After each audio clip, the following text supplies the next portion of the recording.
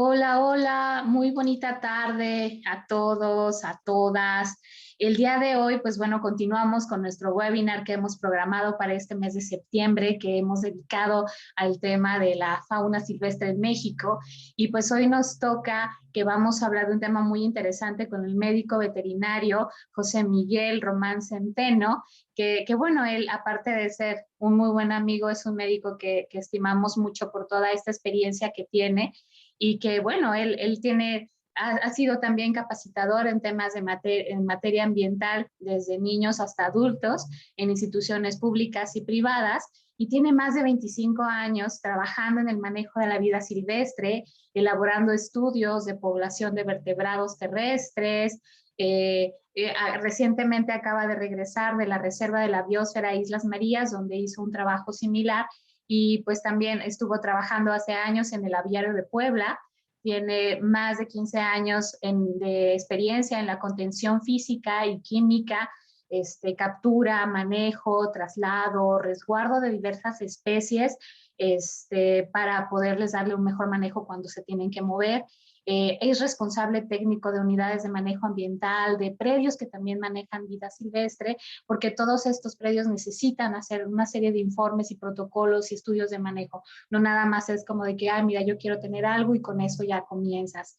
Él tiene también mucha experiencia en la crianza y en la rehabilitación de especies para integrarlas a la vida silvestre y hacen un match, hacen ahí una combinación muy interesante con las autoridades ambientales, porque no nada más se puede hacer este rescate así, sino que debe haber una serie de permisos y demás para que pueda ser de manera legal y muy ordenada. Estas especies van desde el pecarí, desde el mapache, el coatí, el coyote, el cocodrilo de río, la pantera onca, que es el jaguar, el puma, el ocelote, el lince, la onza, y una cantidad muy emocionante de rapaces y de citácidos. Y pues bueno, el médico veterinario ahora es fundador, ha sido fundador del Centro de Rescate Vuelo Libre de Umbali, el director operativo también del Biomuseo Umbali, y pues en esta asociación civil, que también hacen educación ambiental, desempeña todo el desarrollo de capacidades en estos temas, en la capacitación, en el manejo y en el traslado. Y toda esta experiencia que él tiene, pues les ha venido también a hacer una recepción muy interesante de especies y de ejemplares en todo un año, que ellos reciben en sus sitios para poder darles el manejo, el rescate y la rehabilitación. Y pues bueno, ya para comenzar con él, el día de hoy nos va a dar una charla muy interesante acerca del loro cabeza amarilla y estos últimos espacios donde todavía sobrevive. Y pues de aquí, a partir de eso, vamos a conversar con él, decirles a las personas que se están incorporando a Zoom y a las que se están agregando a Facebook que por favor nos escriban las dudas y preguntas que tengan para el médico Miguel y que alguno que tenga, alguno que requiera registro de asistencia, alguna constancia, por favor nos deje ahí su correo para poderles enviar la constancia de participación.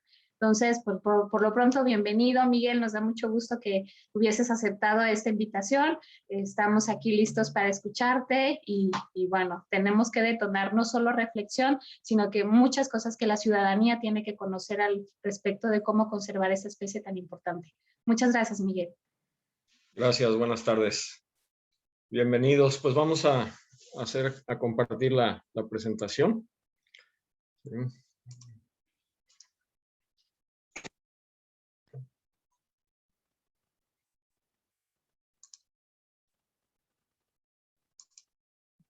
Me dicen si se ve. Sí, ya se ve completa. Ok, bien. Bueno, pues vamos a comenzar. Vamos a darles un pequeño avance. Vamos a dividir esta plática en varias partes. Vamos a dividirla principalmente en lo que son orígenes. Vamos a dividirla en la cuestión de las características de los citácidos y nos vamos a enfocar a platicar sobre el loro cabeza amarilla endémico de las Islas Marías, que es una de las 4 subespecies. Entonces vamos a comenzar, vamos a platicar un poquito de sus orígenes. Este señor de origen alemán que se llama Christian Erich Hermann von Meyer. Ahí por ahí de 1861 en Alemania encuentra el fósil de un dinosaurio que conocemos como Archaeopteryx, que era un dinosaurio del tamaño de una gallina, con características muy singulares, que era que poseía plumas, unas protoplumas, no unas plumas como las conocemos nosotros, eran unas plumas más bien parecidas a unos popotes, a unos filamentos pequeñitos, y esto crea y da origen al hecho de que en el siglo XIX se dé una relación y se empiece a hablar de que los dinosaurios son los orígenes de las aves actuales. Entonces, en un principio pues, se pensaba que era una evolución de forma lineal, en la que los animales iban obteniendo características diferentes de adaptación a los ecosistemas, de adaptación a su alimentación y en adaptaciones al clima, y que iban evolucionando hasta convertirse en aves como en la actualidad las conocemos. En la actualidad sabemos que no es así, que la evolución no es lineal, es más bien en forma de un árbol, de un arbusto, que surge a través de muchas ramas, de muchas cuestiones de fuera que vienen, que hacen que estas especies se adapten y se evolucionen, y que lleven millones de años. Entonces, esto es el origen, digámoslo así. El Archaeopteryx es conocido como el eslabón perdido entre dinosaurios y aves, de alguna manera, aunque era un grupo de dinosaurios emplumados, y hay una gran variedad en la actualidad que se han ido descubriendo. En esta cuestión se determinó de alguna forma que las aves provienen de los dinosaurios terópodos, que son los que caminan en dos patas, y que durante la era mesozoica se dio los inicios de estas evoluciones. Los ceratosaurios, que son los dinosaurios que conocemos comúnmente, que vemos en el cine, en las películas, como Triceratops, era un grupo muy grande de dinosaurios, que incluía a un grupo de dinosaurios que se conocían como Psittacosaurus, que de ahí proviene el nombre que recibe este animal, proviene de los citácidos. Esto es debido a que su nombre significa lagarto con pico de loro, y presenta estructuras córneas en la mandíbula superior y en la mandíbula inferior similares a las que presentan los citácidos en la actualidad, con una gran diferencia, que en el área de los maxilares presentan dientes. Ellos eran herbívoros y presentan una dentición superior e inferior que les permitía comer plantas. En la actualidad, ahí sabemos que existe la presencia de dientes rudimentarios en las aves, sobre todo en procesos embrionarios. En el caso de los citácidos, estos pequeñitos dientes que se forman durante el proceso del desarrollo del embrión en el huevo desaparecen en los primeros 5 días, y es muy fácil distinguirlos a nivel embrionario. Este es un trabajo que realizaron ya hace algunos años, en donde muestrearon embriones en diferentes etapas, en diferentes procesos, con la finalidad de determinar cuáles sí presentaban dientes y cuáles no. Entonces, aquí se habla de un embrión de 23 días, de un loro de mejilla amarilla, que lo conocemos vulgarmente. Es un loro que lo tenemos principalmente en la vertiente del Golfo de México. Es uno de los loros más grandes que tenemos en México. En la actualidad también sabemos que estos dientes en algunas aves se modifican, ¿sí? Y se convierten, como es en el caso de los gansos y los patos, en unas barbas que permiten la filtración de crustáceos y permiten el separar de alguna forma las fibras vegetales de las que se alimenta, y no son considerados dientes como tales. Ya es parte de la formación del pico del ave. A nivel mundial se cuenta con un aproximado de 350 especies, que las tenemos divididas en 64 géneros. En México de estos tenemos 23 especies de loros, y tenemos algunas características que los identifican como citácidos. Ellos presentan una amplia bóveda craneal. No quiere decir que que si el cerebro es más grande, seamos más inteligentes, ¿no? El Neandertal tenía un cerebro mucho más grande en centímetros cúbicos que el que tenemos, y no quiere decir que sean más inteligentes, pero sí nos habla de un ave con cierta inteligencia. Tienen picos sólidos, curvos, cubiertos de una cutícula córnea, que conocemos como ranfoteca, y normalmente es mucho más grande el pico superior que el inferior, se prolonga hacia abajo, y esto nos habla de una especiación alimentaria. Son muy específicos en lo que comen. Ahorita vamos a hablar un poquito de eso. Sus patas son de tipo Zygodactylum. Esto quiere decir que el segundo y el tercer dedo apuntan al frente y el primero y el cuarto dedo apuntan hacia atrás. Esto le permite al loro la capacidad de trepar y de sujetar cosas con las patas. Existen otras aves que tienen dedos clasificados como Zygodactylus, pero presentan diferencias en los músculos de cierre principalmente, y presentan diferencias en las escamas de los dedos y de las patas, ya que estas patas son más para trepar. Es el caso de los cucos y de los pájaros carpinteros, que se agrupan también por la forma de sus dedos dentro de este mismo grupo. ¿Sí? El plumaje, por lo general, se habla de plumajes coloridos. ¿Sí? Particularmente y casi en todas las especies se presentan plumajes coloridos, y esto, al ser algo sumamente atractivo para el ser humano, es uno de los factores por los cuales los loros, los citácidos como tales, al igual que por su inteligencia, su conducta, etcétera, son buscados y son cotizados como mascotas. A lo largo de la historia, se sabe que los loros en todo el mundo se han tenido como mascotas en cautiverio, pero tiene mucho que ver principalmente en México con las culturas prehispánicas. La coloración no siempre es colorida. Tenemos aves que van del blanco al negro. No quiere decir que sean menos atractivas, ¿sí? Pero sí, la gran mayoría de las aves presentan una amplia gama de colores. Son relativamente longevas, ¿sí? Tenemos aves que pueden llegar a superar los 70 años de edad de vida. Esto hace que también dentro de los hogares se relacionen como animales de compañía que tienen un largo periodo de vida y que además se heredan en muchos de los casos, ¿sí? No quiere decir que no se afecten por estar en cautiverio. Sabemos que cualquier animal en cautiverio sufre de afectaciones, sufre de cambios en su comportamiento, en su conducta, y muchas veces problemas nutricionales, de alojamiento, de mal manejo, etcétera, así como enfermedades. Pero esto ha hecho que muchas de las especies se encuentren en peligro de extinción a nivel mundial. Otra de sus características es la facilidad para emitir sonidos y su facilidad que tienen para repetir algunas palabras del humano. Entonces, esto hace que la gente se sienta más apegados a ellos. En muchas ocasiones comentan que platican con el loro y el loro les responde como si el loro supiera lo que está respondiendo. Pues realmente el loro actúa a través de estímulos y responde lo que él considera, ¿no?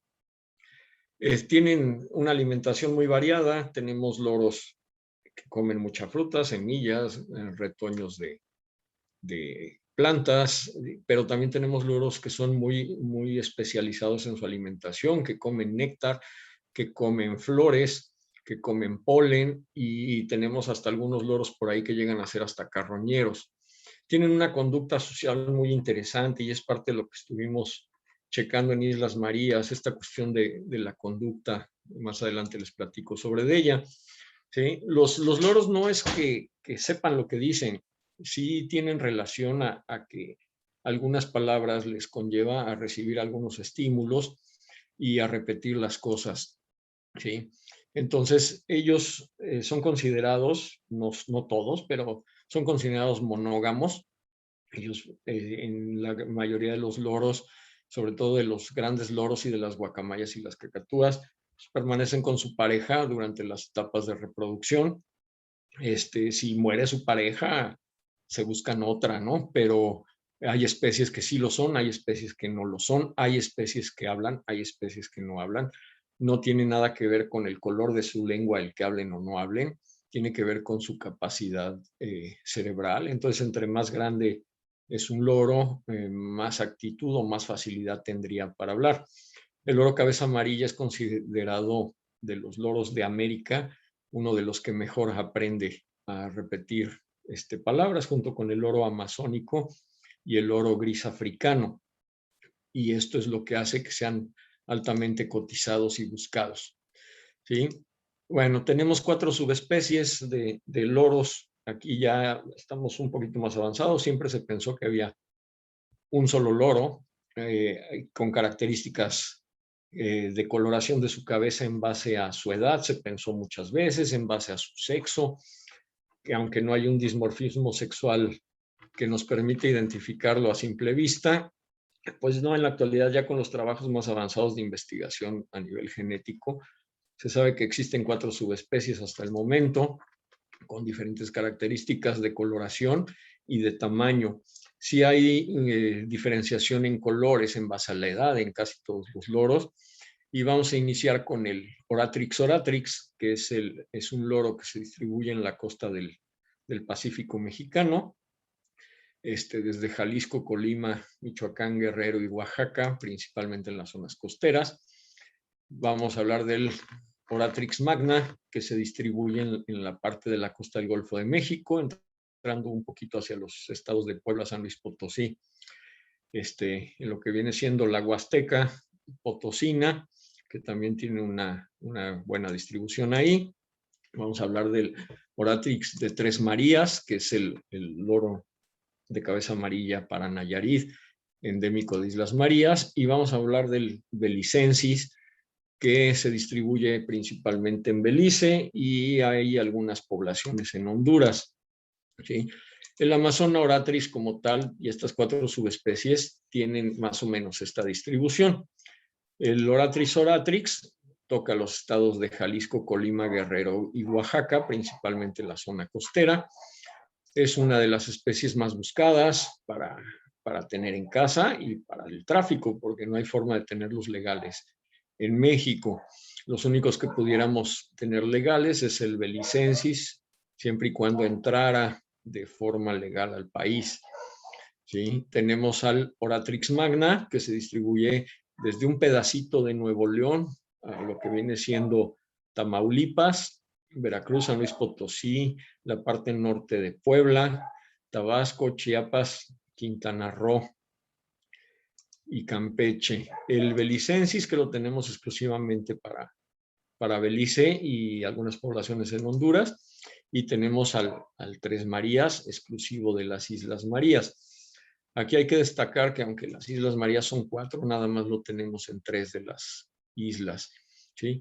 Entonces la UICN, que es la Unión Internacional para la Conservación de la Naturaleza, determina que de las aproximadamente 350 especies existentes, pues gran parte de ellas, al menos un tercio, que se encuentran en grave peligro de extinción o amenazadas, y que se han extinto al menos 1,619 especies desde 1600 hasta la fecha, ¿sí? Entonces son animales que sí se han visto afectados principalmente por la presencia del hombre. Ya hablando más en fondo del loro cabeza amarilla, de Tres Marías, es un loro con características muy singulares, es uno de los más grandes, es el que tiene la corona más grande en la cabeza, la corona de color amarillo. En esta foto vemos a una pareja, un macho y una hembra, y al fondo vemos un juvenil con la cabeza incompleta aún, ¿sí? Así podemos diferenciar la edad aproximada, ¿no? Si son adultos o si son juveniles, ¿sí? Entonces, las Islas Marías se encuentran aproximadamente a 132 kilómetros del puerto de San Blas, unos 152 kilómetros de Punta de Mita y unos 175 kilómetros de lo que es el puerto de Mazatlán. Está constituido por 4 islas, la isla de Cleofas, que se encuentra al sur, la isla Magdalena, la isla María Madre y la isla San Juanito. La isla María Madre fue por más de 105 años considerada un penal, una cárcel, un centro de rehabilitación social, y en los últimos años fue pues, un reclusorio como tal. Esto llevó a que a través de los años esa isla pues se viera bloqueada la entrada de la investigación, argumentando la cuestión de la seguridad que implicaba que fuera un complejo penitenciario, el cual estuvo en un principio a mando del ejército, posteriormente a mando de la Secretaría de Gobernación, y llegó a alojar hasta unos 10,000 personas, Isla María Madre. Entonces, las investigaciones que se realizaron y que se pudieron llevar a cabo, pues solo se llevaron a cabo en Magdalena, San Juanito y Cleofas. Hubo muy poca investigación en María Madre. En el 2015 tuvo la oportunidad una persona de entrar a trabajar con loros. Hizo 2 visitas, una en secas y una en húmedas, y él hizo una estimación de una población de loros para Isla María Madre. Cuando nosotros llegamos a estas islas, pudimos observar que los loros se mueven de isla a isla. Tenemos una distancia aproximada de entre 11 y 13 kilómetros entre isla y isla, y los loros se mueven y se distribuyen en María Madre, en María Magdalena y en María Cleofas. En San Juanito no tenemos la presencia del loro cabeza amarilla porque la vegetación es arbustiva. Entonces no hay grandes árboles, que es lo que a ellos les gusta, y no hay alimento realmente para ellos. Hay muy poco lo que se pudiera encontrar de alimento. Pudimos notar que se mueven de isla a isla, y también pudimos notar que durante la temporada de secas casi todos permanecen en Isla María Madre por el alimento, que es donde más alimento tiene. Entonces, pues la Reserva de la Biosfera fue decretada oficialmente el 27 de noviembre del año 2000. Fue decretada como un área natural protegida, Reserva de la Biosfera. ¿Sí? Se encuentra en el mar territorial mexicano, el Océano Pacífico, y tiene una superficie de 641,000 hectáreas. De estas 641,000 hectáreas, si quitamos el área marina y quitamos a San Juanito, pues nos queda un área de 22,000 hectáreas donde se distribuyen estos loros. Cabe mencionar que aunque se decretó y aunque el estatus de conservación que tiene esta área como reserva de la biosfera, que solo permitiría de forma legal la entrada a la cuestión de la investigación, pues como ya tiene un área la cual ya fue impactada por el ser humano en la Isla María Madre, la cual cuenta con servicios de drenaje que va a dar al mar, ¿verdad? Pero es un drenaje, tienen servicios de agua, tienen servicio de energía eléctrica a través de generadores, de diésel, y es un área que se encuentra impactada porque hubo varias poblaciones en ella. Es un área que con 2 años que salió el hombre de esa isla, que quedaron muy pocos trabajadores de gobernación y muy poca gente de la Secretaría de Marina, es notorio ver cómo en tan solo 2 años las selvas y los bosques tropicales se van comiendo esas construcciones y las van desapareciendo dentro de la misma selva. Entonces, las áreas que fueron abandonadas primero, que se encuentran destruidas casi en su totalidad, albergan una gran cantidad de colonias de loros, porque estas colonias, al haberse visto impactadas, también fueron introducidas especies exóticas. Generalmente hablamos de algunos árboles frutales, algunos árboles maderables que generan semillas. Entonces los loros buscan estar en esta zona, se sienten cómodos porque hay alimento casi todo el año.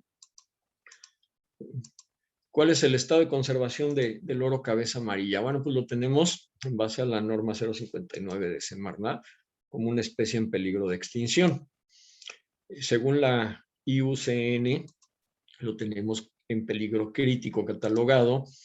Según CITES, lo tenemos en apéndice 1, lo cual impide el comercio. Y estamos hablando de la especie, no de la subespecie. Categoría de endemismo, pues el loro cabeza amarilla de Tres Marías sí es endémico, que es una categoría más de protección que debe tener.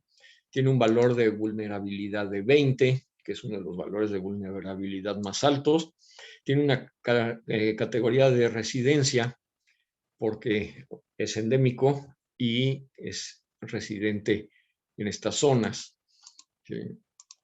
Nosotros realizamos junto con la CONAM, a la cual le agradecemos mucho esta oportunidad, Estuvimos haciendo unas estadías por ahí del 1 de octubre al 30 de agosto del 2021 con la finalidad de poder trabajar y saber qué había en Isla María Madre, principalmente, que era en la que menos conocimiento se tenía de qué había. Y estuvimos trabajando en varios aspectos, pero uno de los aspectos principales era el trabajar con loro cabeza amarilla, ¿no?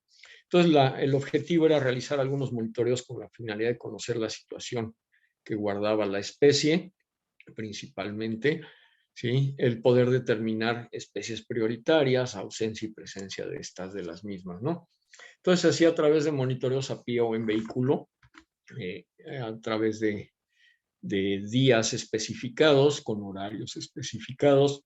Buscábamos que estos recorridos y estos monitoreos se hicieran siempre a la misma hora, ¿sí? Y en estas horas buscábamos que fuera la hora en la que mayor actividad se realizaba por los loros, a la hora de movilizarse por su alimentación, a la hora de estar acicalándose o a la hora en que regresaban a sus zonas de dormitorios, porque se distribuyen a zonas a dormir y se movilizan a alimentarse a otras áreas.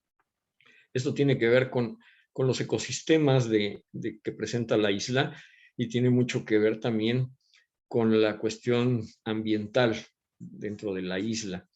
La parte oeste de la isla María Madre es golpeada por vientos, por marejadas. Entonces la vegetación de esas zonas es muy diferente.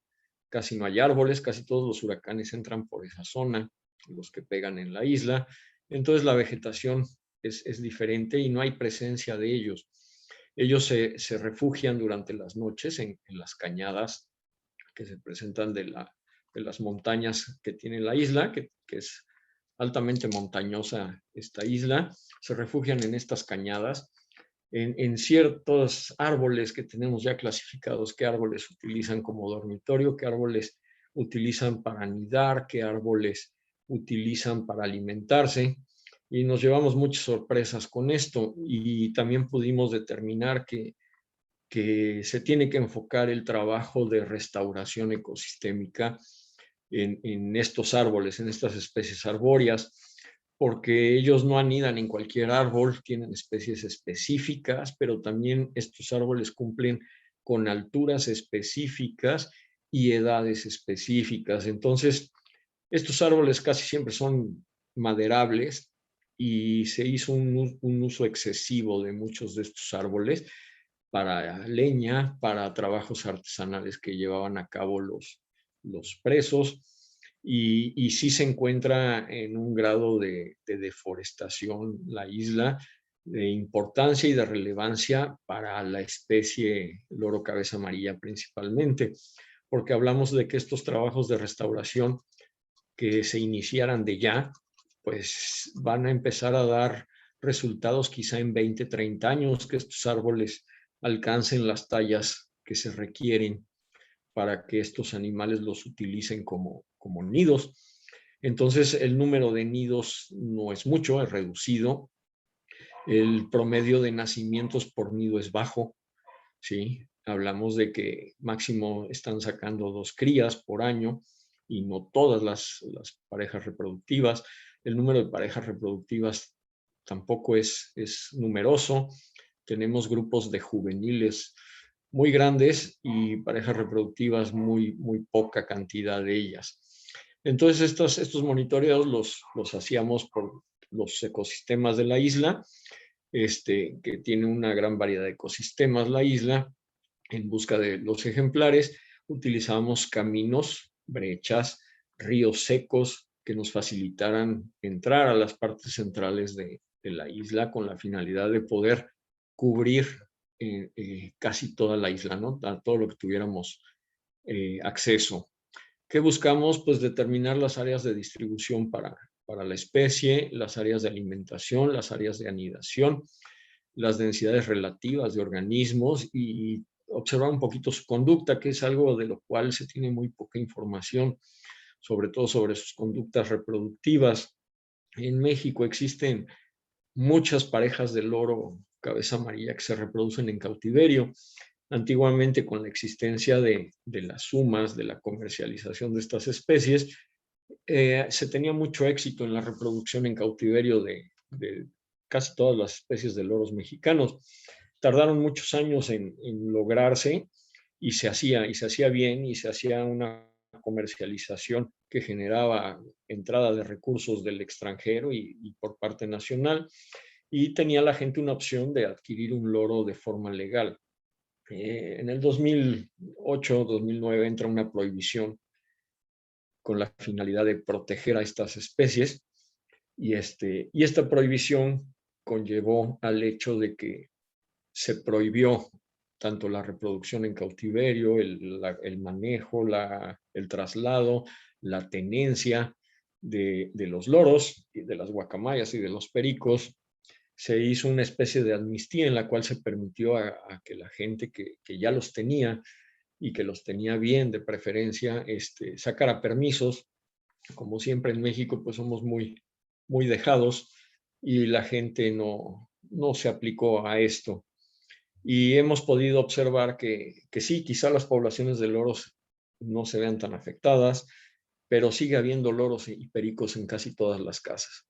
Yo creo que y hemos hecho esa prueba dentro de un grupo de gente, preguntar si alguien conoce algún familiar, vecino, amigo que tenga un loro, y el 95% de las personas saben que tienen pericos, loros y guacamayas en sus casas.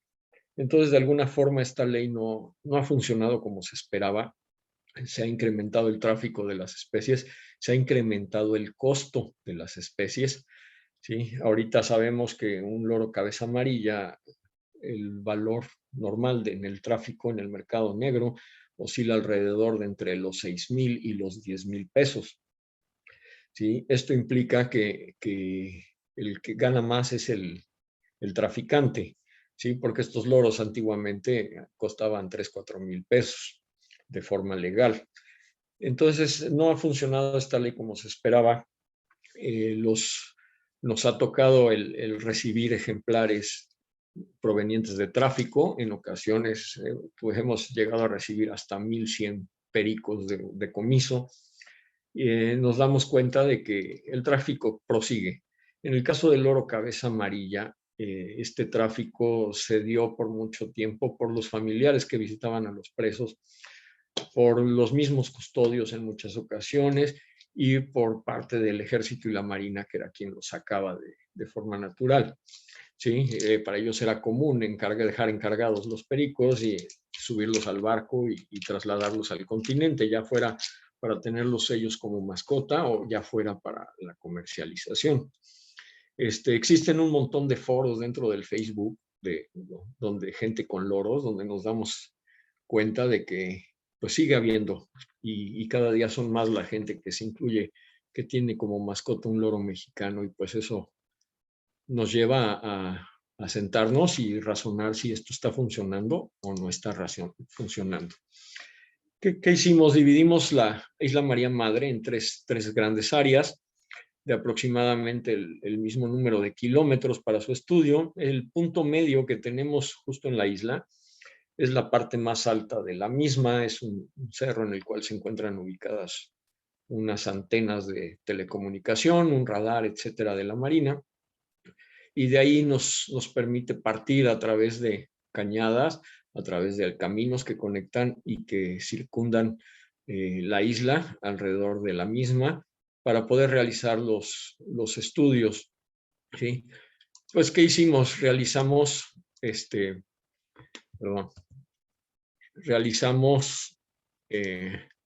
monitoreos, ¿sí? Y los registros de los mismos a través de transectos. Entonces determinábamos puntos de conteo, estaciones de monitoreo y tiempos estimados entre punto y punto, y tiempos estimados entre las bases de monitoreo, dependiendo mucho de las zonas de vegetación, de las zonas donde sabíamos que podíamos encontrarlo, de los horarios, ¿sí? Determinábamos algunos parámetros, anotábamos el número de individuos, si eran juveniles, si eran adultos, si se encontraban volando, si se encontraban en alguna actividad, ya fuera acicalándose, durmiendo o bien alimentándose, si presentaban conductas reproductivas, si meramente estaban parloteando, que acostumbran a hacerlo durante el día. Pudimos determinar que esta es el área de distribución amarilla. Como pueden ver, se aleja un poquito de las costas norte y sobre todo de la costa oeste de la isla debido a las inclemencias del tiempo, a los vientos principalmente, los vientos del norte y los vientos que provienen de mar abierto. En la parte sur de la isla, en esta pequeña península, no tenemos loros, la presencia de loros, porque son dunas costeras, no hay vegetación alta en ellas. Entonces, sí logramos determinar las áreas de distribución de ellos, ¿sí? Logramos determinar las áreas de alimentación. Esto nos conllevó a otras muchas preguntas, ¿no? En los meses de lluvia se distribuyen en las zonas que quedan más verdes, ¿sí? Las zonas que tienen árboles más grandes y en las zonas donde hay árboles frutales. Y ahí se alimentan. Ellos comen 2 veces al día, pudimos determinar. Comen en la mañana, como a eso de las 8 de la mañana, comienzan a comer. A eso de las 10 de la mañana dejan de comer. Y vuelven a comer después del mediodía, alrededor de las 3, 4 de la tarde vuelven a comer ellos. Entonces, aquí se distribuyen y lo más interesante es que durante la época de estiaje, en las épocas secas, se reduce su área de alimentación. Y estas áreas de alimentación se van a las zonas urbanas. En la parte norte de la isla, en esta área que tenemos marcada, se llevaba a cabo las actividades humanas de agricultura y ganadería en su gran mayoría. Entonces, en estas zonas tenemos guanábana, tenemos aguacate, tenemos plátano, tenemos papaya, y se distribuyen por esta zona. Ahí tenemos algunos ojos de agua, lo que permite que haya algunas higueras que generan frutos, de los cuales también se alimentan ellos. Y son zonas que permanecen verde casi todo el año, sobre todo a las márgenes de estos pequeños arroyos. En la parte central de la isla, en la parte costera central, es donde se encuentra la zona urbana, lo que era Puerto Valleto, en lo que en la actualidad también pues va a ser parte del área de desarrollo turístico, que es un área pues impactada ya, es un área urbanizada, pero que también se llevó a cabo actividades agrícolas y ganaderas y que posee muchísimos árboles de tamarindo. Tenemos algunos otros árboles como la mapa, tenemos algunos árboles de caoba que generan semillas y se alimentan de esa zona. En la parte sur de la isla se encuentra Puerto Morelos, que es el área donde está el destacamento de Marina. Y pues también tenemos árboles frutales en esa zona. Y en la parte más al sur de la isla, que sería Laguna del Toro, tenemos lo mismo, muchos árboles frutales. Ahí nos surge la pregunta si durante esta temporada, porque aunque visitamos Cleofas, solo logramos ver a 2 parejas en esta temporada, no vimos más loros. Sabemos que se alimentan de la flor del enequén en Cleofas, de las higueras, pero nos surgió la duda de si todos los loros en esta temporada de estiaje se encontraban en Islas María o estaban repartidos por el resto de las islas que ellos se mueven, sobre todo en la temporada de lluvia, que tenemos una gran variedad de vegetales nativos que generan alimento para ellos. Se mueven a través de María Magdalena, y de María Magdalena brincan a Cleofas y se regresan. Se habla de que no existe una competencia directa hacia la especie, aunque sí hay registro de la Amazona finchi, de lo que conocemos como cotorra de corona lila. Sí ha habido presencia en Cleofas, sí ha habido observaciones de parvadas de esta especie. En su momento se habló de la presencia del loro nuca amarilla. No pudimos nunca ver un loro de nuca amarilla. Creemos que por ahí hubo al registro algún error con algún juvenil de cabeza amarilla. Y solo tenemos al perico catarina, que tiene una dieta totalmente diferente al del loro cabeza amarilla. Ellos se alimentan más de flores, de polen, de néctar y de pequeñas semillas, sobre todo de pastos. Y hay una gran variedad de semillas de amaranto que se dan, amarantos silvestres, de las que se alimentan estos periquitos. Entonces empezaron a surgir más dudas y ya no hubo la oportunidad de ver este tipo de investigación, porque pues se requería de regresar al siguiente año y trabajar en las otras islas y hacer el mismo estudio que se realizó aquí en las otras islas, y pues implica tiempo, implica esfuerzo, implica dinero, implica condiciones, implican permisos y todo lo que se requiere. ¿Sí? Logramos determinar el área de reproducción.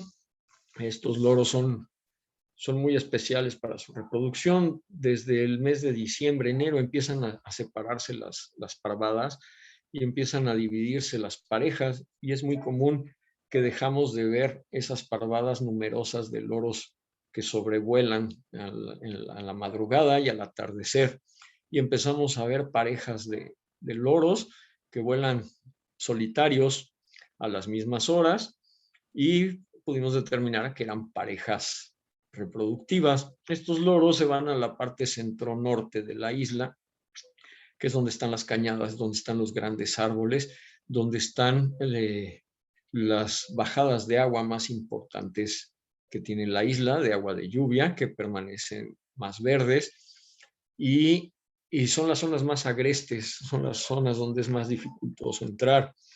Pudimos determinar que no solamente usan árboles nativos, usan árboles introducidos, como es la palmera cocotera, y en zonas urbanas donde estas palmeras fueron sembradas es fácil ver los nidos. En el caso de los nidos, pues hacíamos la determinación del nido por el sonido que generan los pollos pidiendo alimento a los padres. Posteriormente tratábamos de monitorear las salidas, las llegadas de los padres a alimentar, y con esta frecuencia determinar si había más de un pollo. Y por lo general pudimos en algunas parejas, en 2, 3 parejas con características físicas ya muy determinadas, pudimos observarlos posteriormente ya con los loros, con la cría del loro volando. Pudimos ver que en estas 3 parejas solo traían una sola cría, con ellos ya rameando, ya llevándolos a los árboles, que fue algo muy, muy interesante de determinar. ¿Sí? Entonces, ¿qué hacíamos? Pues hacíamos rutas, hacíamos ahí una reglita matemática que es muy utilizada para poder determinar cuántos animales son, ¿sí? Entonces, era el número entre los minutos de observación, etcétera. Esto nos llevó a poder determinar que María Madre tiene una estimación de 480 individuos solamente. Hay un estudio que se realizó en la isla de Cleofas en el 2015. Hicieron una visita en secas, una visita en lluvias, utilizaron esta misma fórmula para el estudio de los loros en Cleofas, y ellos pudieron determinar una población de 450 individuos. Nos entra la duda de cuántos hay en María Magdalena, que no existe investigación, y también nos entra la duda si ese es el total de loros que tenemos para la reserva, ¿sí? Más o menos, pero que sea la estimación total de estos individuos. ¿Sí? Entonces, ¿qué pasa? ¿Qué problemática tiene esta especie, principalmente en Islas Marías? Pues, aunque la CONAM está trabajando a favor de evitar los saqueos, pues no se pueden vigilar todas las islas, ¿sí? La Marina ha puesto mucho de su parte y trabaja en recorridos y monitoreos constante a través de las islas, pero como todo, ¿no? Pues los traficantes, los pescadores que llegan a esa isla, que también sabemos que es parte importante del saqueo de la especie, pues ya conocen los horarios, tienen la facilidad de ver la embarcación desde lejos, se aproximan, no se aproximan. Una vez que la embarcación se aleja, ellos llegan, hacen lo indebido y se retiran. Y sabemos que sigue habiendo saqueos. La CONAM ha hecho mucho énfasis en establecer protocolos de revisión tanto a la entrada como a la salida de la isla. La Marina se involucró, tomó cartas en el asunto, pero además permitió que también los marinos fueran revisados, que es un gran logro que se tuvo. ¿Sí? La pérdida de hábitat, pues es una de las principales preocupaciones que nos queda ahora, porque pues ya se anunció la apertura al turismo, a la reserva. Se hizo una modificación al plan de manejo, se actualizó. La CONAM trabajó en tratar de hacer que este plan de manejo proteja al máximo la reserva.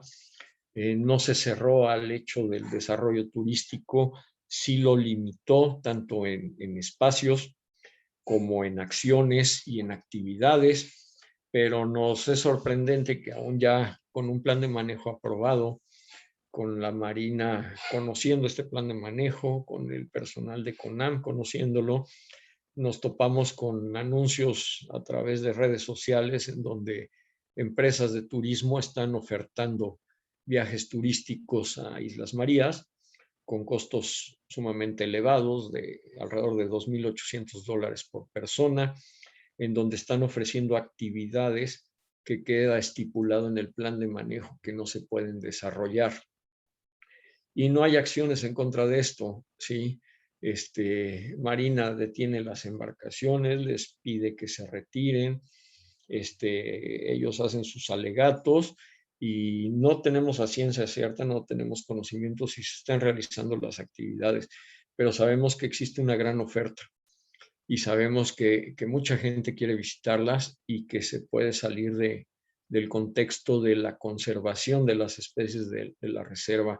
Y nos preocupa, yo creo que a todos los mexicanos esto, ¿no?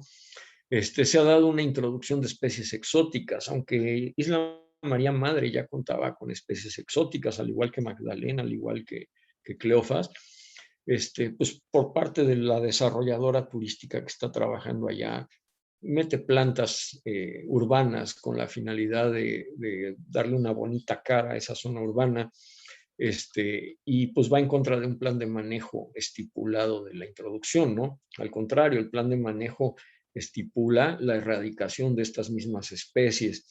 María Madre tiene una gran problemática con especies invasoras como es la cucaracha, la rata, los chivos, que hay presencia de chivos en todas las islas.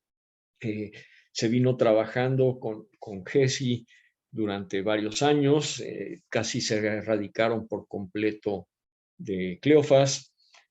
Hasta el momento en que nosotros nos venimos, seguían trabajando en esta misma erradicación. Sabemos que se suspendió estas labores, desconocemos los motivos, pero existe una gran población de especies invasoras, no hablemos de especies vegetales, que se están introduciendo y que además dentro de la reserva se tienen programas agrícolas, ¿sí? Se tiene un centro de educación agrícola, agroecológico, en el cual pues se siembran hortalizas, se llevan a cabo desarrollos de producción de semillas y pues sabemos que no podemos tener un control sobre qué se dispersa y qué no se dispersa, porque pues los animales no respetan un cercado, ¿no? Ellos van, consumen estos frutos, estas semillas, regresan a la selva, defecan y están haciendo una proliferación de especies vegetales por toda la isla. ¿Sí? Existe también problemática con la contaminación, aunque en su momento la isla llegó a tener 10,000 personas trabajando, pues se tenían plantas tratadoras de agua, cosa que en la actualidad no se tienen. Hay poca agua, la isla no tiene nacimientos de agua, los nacimientos que tiene son a través de la captación de mantos subterráneos que captan agua de lluvia. Entonces, hay poca capacidad de agua y si se lleva a cabo una visita turística con mucha gente, pues se va a utilizar mucha agua, ¿sí? Tenemos el problema de la contaminación. Cuando era un centro penitenciario, pues contaba con una planta tratadora de basura, y últimamente, aunque esa planta dejó de funcionar hace más de 2 años, tanto personal de CONAM como personal de SEGOV, que se encuentra todavía en la isla, el personal de Marina, hacía un manejo de residuos considerado adecuado. Todos los residuos orgánicos se compostaban y los residuos inorgánicos se llevaban bajo un proceso de limpieza para evitar malos olores, escurrimientos y descomposición. Y estos residuos inorgánicos eran sacados de la isla a través de embarcaciones de la Secretaría de Marina y entregado en el puerto de Mazatlán al municipio para su manejo. Desconocemos si se sigue haciendo así, pero también el problema no es si se hace o no se hace, el problema es cómo se va a realizar eso cuando haya turismo, ¿no? Y pase de haber 200 gentes en la isla a haber 800 o 1000 gentes. ¿Qué se va a hacer con esa basura? ¿Sí? El cambio climático pues también afecta a estas especies. Los huracanes, nos tuvimos la oportunidad de ver y vivir el paso de un huracán por Islas Marías, y hay un gran derribo de estos árboles de gran importancia para la reproducción de estas especies. Por lo general son árboles muy altos y árboles muy viejos. Entonces son los primeros árboles que caen con el paso de los huracanes y las tormentas tropicales. Y aunque se dejó ya el protocolo de un trabajo de restauración para estas especies, que era la finalidad de esa área agrícola, era más bien el desarrollo de plantas forestales de importancia ecológica para la zona, pues quizá ya no se esté realizando o no se esté realizando conforme se determinó que se hiciera, ¿no? La intrusión humana en el hábitat es otra cosa que nos preocupa. Los loros están llevando a cabo su reproducción en zonas urbanas, y estas zonas urbanas están destinadas al turismo. Entonces, sabemos que los loros son muy tímidos al momento de reproducirse, son muy cuidadosos de no llegar al nido a menos que no vean que hay peligro. Ellos se comunican, entonces esto pues genera estrés, puede generar rotura de huevos o pérdida de crías si esto se excede, ¿no? Y el control de especies invasoras, tuvimos la oportunidad de ver a boas de Islas Marías alimentándose de loros. Sabemos que es un depredador natural del loro, pero también tuvimos la oportunidad de ver gatos alimentándose de loros, y tuvimos la oportunidad de ver a ratas alimentándose de loros, que son especies exóticas invasoras. Y si no se lleva un buen control sobre sobre las mismas, pues siguen afectando a estas comunidades biológicas de gran importancia, que además son endémicas, no las tenemos en ningún otro lugar del mundo, no es una sola especie, son muchas las especies endémicas de la isla, y creemos que hace falta más estudios, como nos hace falta en México, en general en México. Falta compromiso político para trabajar a favor del medio ambiente. El discurso político ambiental queda en eso, en un discurso de campaña. No se llevan acciones concretas para la protección de las especies mexicanas, y no se lleva un control con las especies exóticas que se tienen. Y lo vamos a ver con loros como la cata sudamericana, que ya tenemos poblaciones desarrollándose aquí en Nayarit, en el municipio de Jalisco. Hemos encontrado parvadas hasta de 30 catas sudamericanas que están compitiendo con el Eusitula canicularis, el loro de frente naranja que tenemos también aquí. Y así en la ciudad de Guadalajara y en muchas ciudades de México tenemos a esta especie invasora por falta de control, por falta de manejo, por falta de apoyos económicos muchas veces en el sector ambiental, pocos inspectores en Profepa, pocos recursos para Semarnat, recursos encaminados a otras cuestiones de desarrollo, quizá de conseguir más alimentos, pero descuidando el área ambiental, que pues es, si lo analizamos, la que nos da el agua, que es lo más importante y nos da todo. Pues con esto concluyo, ¿sí? Tenemos aquí 480 individuos, que es nuestra estimación, más o menos. Y pues agradecemos a Ecologízate, a Paula, la invitación. Estoy a sus órdenes, dudas, preguntas que tengan. Y estamos también a sus órdenes si quieren cualquier cosa por fuera de esta plática. Muchas gracias. Muchas gracias, Miguel. Creo que es muy importante que para las personas que han ido siguiendo todo este webinar de fauna silvestre, que estas características o estos elementos de vulnerabilidad que tú mencionas, prácticamente en otras especies también las hemos visto.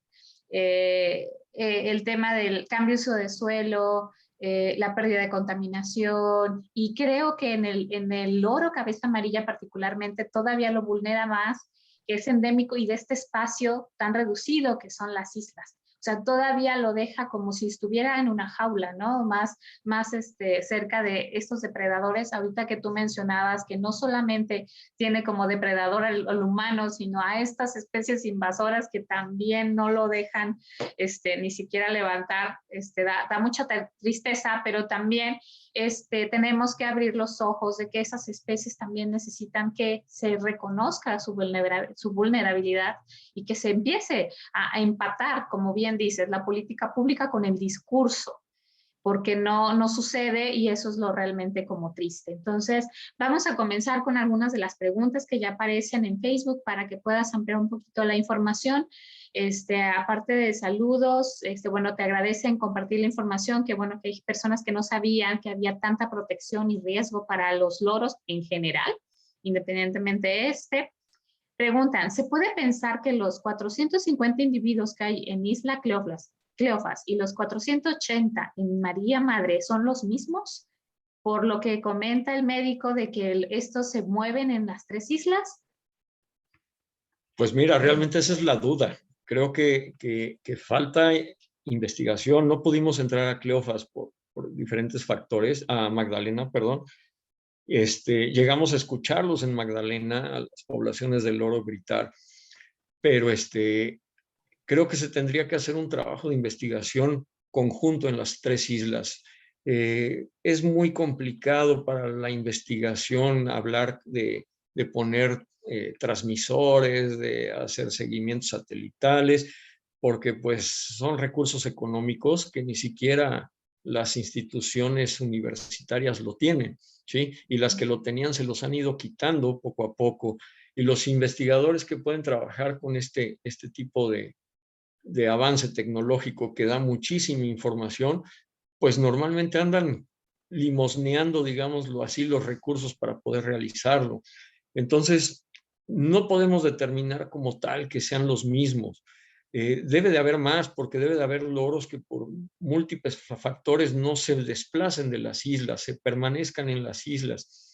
Pero sí pudimos determinar que durante la época de secas, la población del loro cabeza amarilla en Isla María Madre se llega a duplicar la cantidad de loros que llegan a alimentarse a los árboles, en diferencia de la época de secas, que al revés, en época de secas llegan más que en época de lluvias que tienen alimento por toda la isla.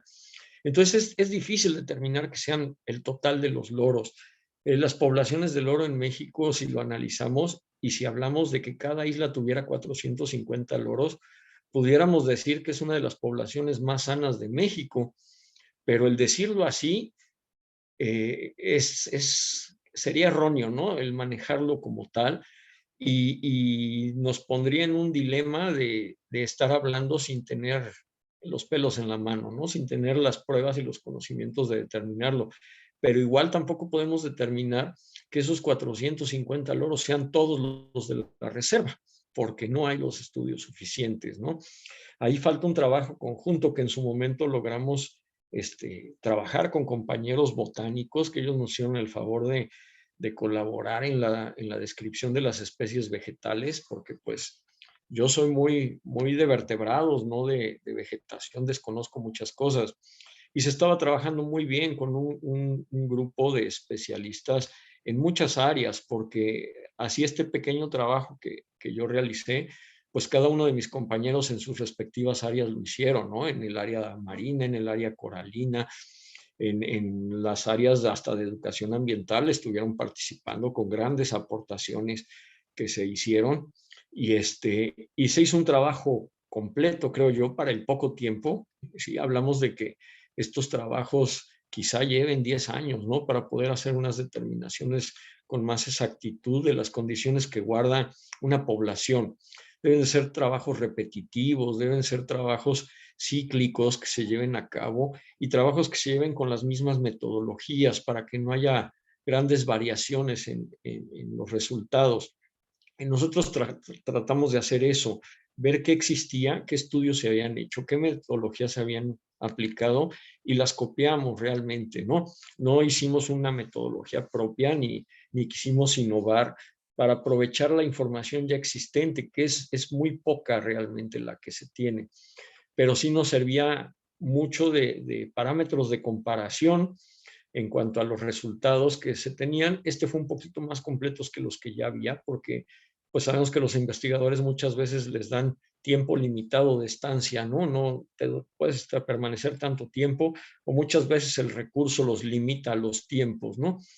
Y pues es un trabajo que aún no concluye porque pues 10 meses de recolección de datos se transforma quizá en 10 meses de captura, acomodar, sacar las bioestadísticas y ver. Esto es como un resumen de lo que hemos logrado ya bajar a la computadora y los resultados y a los mapas. Y es algo interesante que no se había hecho como tal, sobre todo en María Madre, y que queremos que sirva para abrir esa ventana a otros investigadores, a gente que tenga más experiencia que nosotros y puedan determinarse las poblaciones reales, las actividades que se puedan realizar y sobre todo los trabajos a futuro, ¿sí? Ver cómo se va a hacer una remediación ecosistémica para que se lleve a cabo una adaptación ante cambio climático exitosa en estas especies, porque son muy vulnerables, ¿no?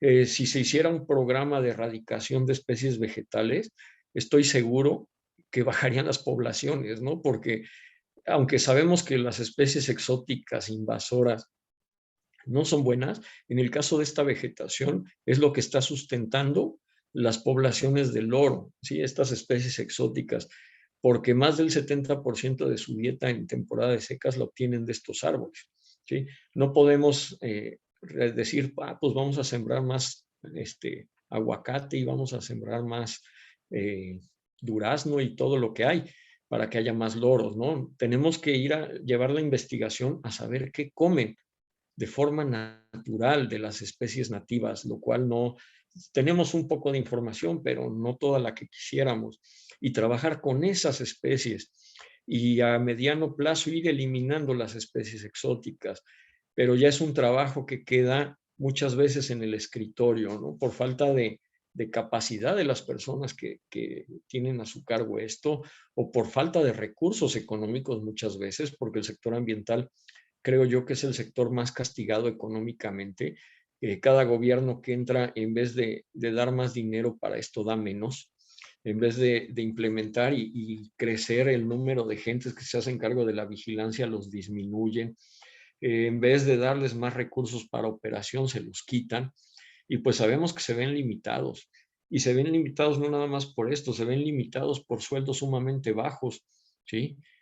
Y estos sueldos sumamente bajos sabemos que se transforma en corrupción de alguna manera, porque se ven obligados a la situación que viven, ¿sí? De que no les alcanza para comer, a prestarse a esto.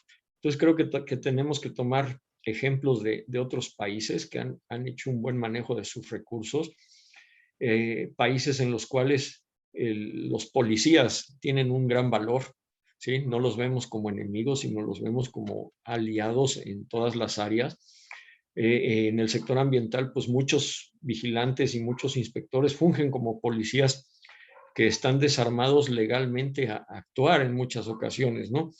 Es risible que un inspector de Profepa no pueda detener a un individuo que está traficando, ¿no? Que tenga que haber un sistema de te denuncio y le pido el favor a la policía ministerial o le pido el favor a la estatal o a la marina y él hace la detención y él hace todo su trabajo y llegan ante un ministerio público y los deja libre porque no le vio importancia al delito. ¿Sí? Y lo hemos vivido cada año en Nayarit.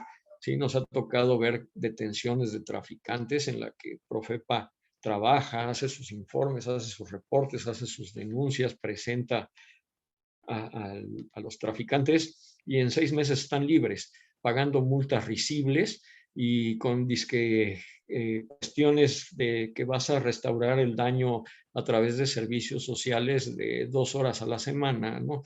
Que no sirven de nada, al contrario, les sirve para ir pensando cómo van a seguir traficando, porque muchos de estos traficantes es lo único que saben hacer. ¿Sí? Muchos de estos traficantes vienen de generaciones de estar capturando aves y de vender aves. ¿Sí? ¿Qué está pasando en Nayarit? Que está viniendo gente de otros estados a traficar porque les es muy fácil hacer las capturas aquí, hacer las movilizaciones y moverlos a otras ciudades. Y cada año son más los que vienen a Nayarit por los pericos a saquearlos y por muchas otras especies, llamemos orquídeas, llamemos infinidad de especies que son saqueadas y que no es que las autoridades no quieran hacer su trabajo, que no tienen las herramientas para hacer su trabajo en muchas ocasiones, ¿no? Y nosotros como ciudadanos nos hace falta mucha educación, desde la educación de hacer las denuncias, que muchas veces dicen por flojera o por miedo no la hago, ¿sí? Y nos falta mucha cultura en cuanto a tener lo que es la tenencia animal.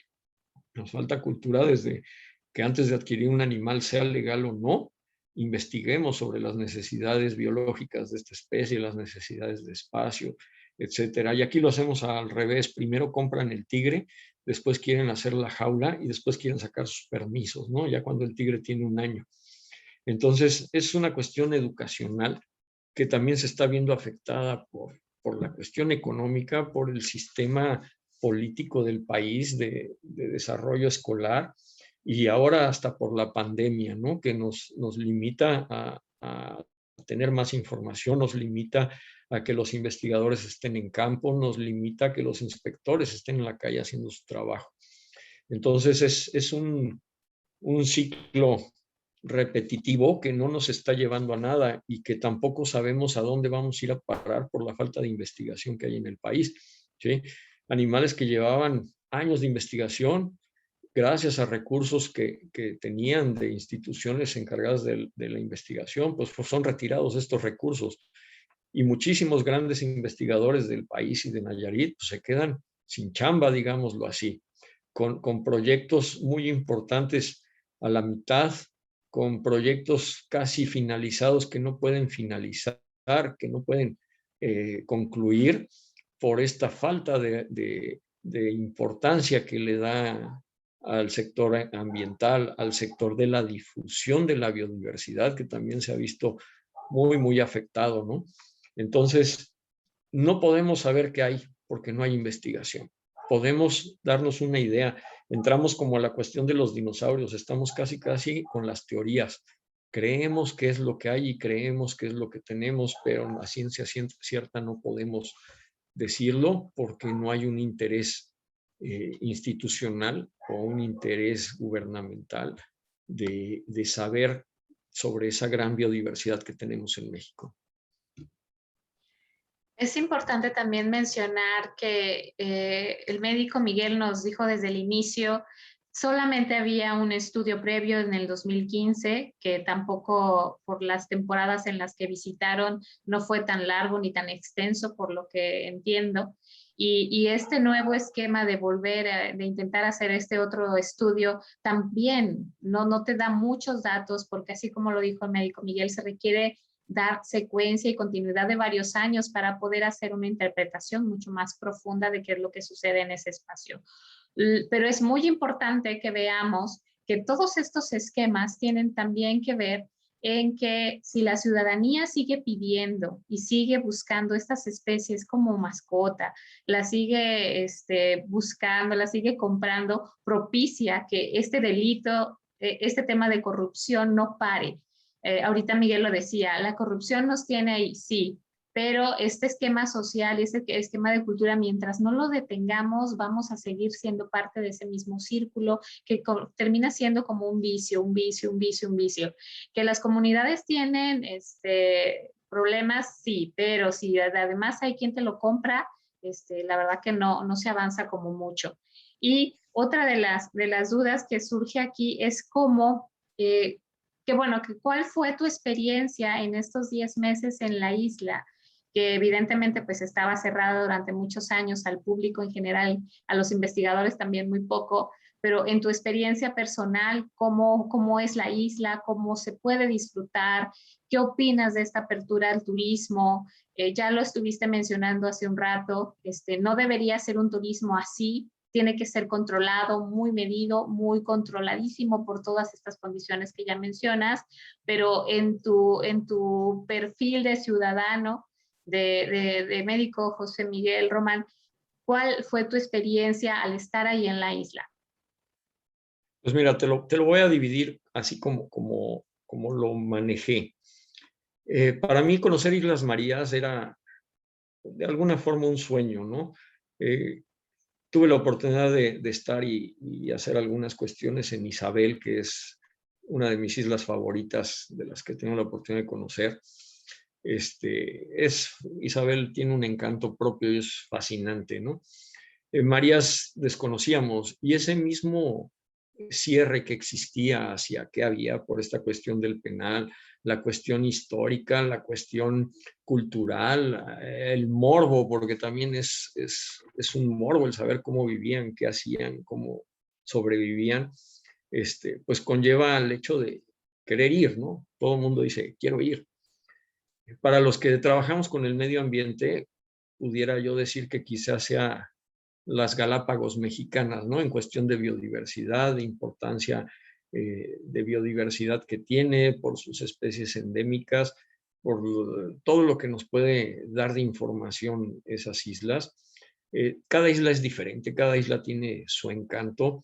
En cada isla se ve la huella humana, porque en Cleofas, aunque sí hubo presos poco tiempo y no hubo una gran infraestructura para tenerlos. Es una isla muy visitada por pescadores, es una isla en la que encuentras basura, es una isla en la que nos topamos que gracias a los trabajos de control biológico de especies ya existía un sotobosque, cosa que en María Madre no, porque los chivos no dejan que crezca este sotobosque.